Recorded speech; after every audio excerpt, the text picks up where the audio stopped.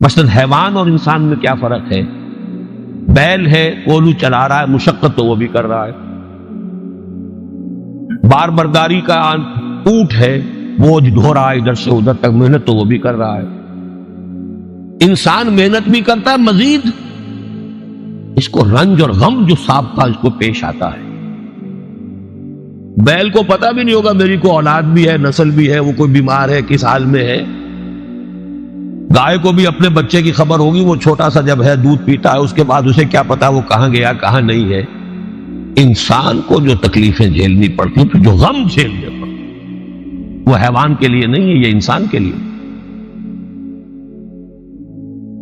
اسی لیے کہا غالب نے کہ قید حیات و بند غم اصل میں دونوں ایک ہیں. موت سے پہلے آدمی غم سے نجات پائے کیوں؟